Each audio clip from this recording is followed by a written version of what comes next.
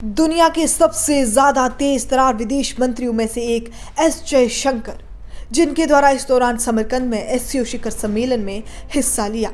विदेश मंत्री इस दौरान बोले कि समरकंद शिखर सम्मेलन की सफलता के लिए भारत का पूरा सहयोग रहेगा। एससीओ से इतर किर्गिस्तान के विदेश मंत्री जीनबेक कुलुबेव के साथ भी इस दौरान उनकी अच्छी बातचीतें हुई।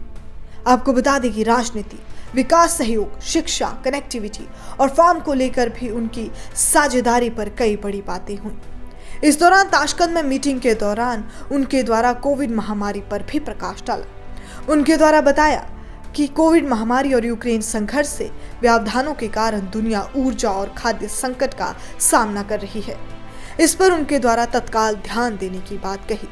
विदेश मंत्री ने कहा कि इसके लिए आवश्यक प्रक्रियाओं में दिलचस्पी लेने के साथ साथ विविधि सप्लाई के साथ एक बहुपक्षवाद पर ध्यान दिया जाना चाहिए। वहीं पाकिस्तान को आड़े हाथों लेते हुए उन्होंने कड़े वार करते हुए कहा कि आतंकवाद के प्रत्येक रूप के खिलाफ जीरो टॉलरेंस जरूरी है। विदेश मंत्री ने कहा कि अफगानिस्तान पर भारत की स्थिति को एक बार फिर से दोहराया है और हमारे मानवीय समर्थन पर प्रकाश डाला है।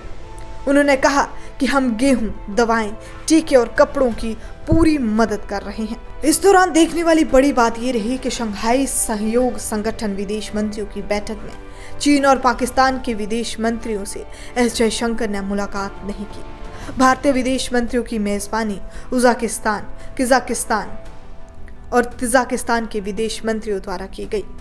वहीं विदेश मंत्री ने यह भी बताया कि स्टार्टअप्स और इनोवेशन की प्रासंगिकता के बल देते हुए भारत में आर्थिक प्रगति में भी इस दौरान उनके द्वारा बात की।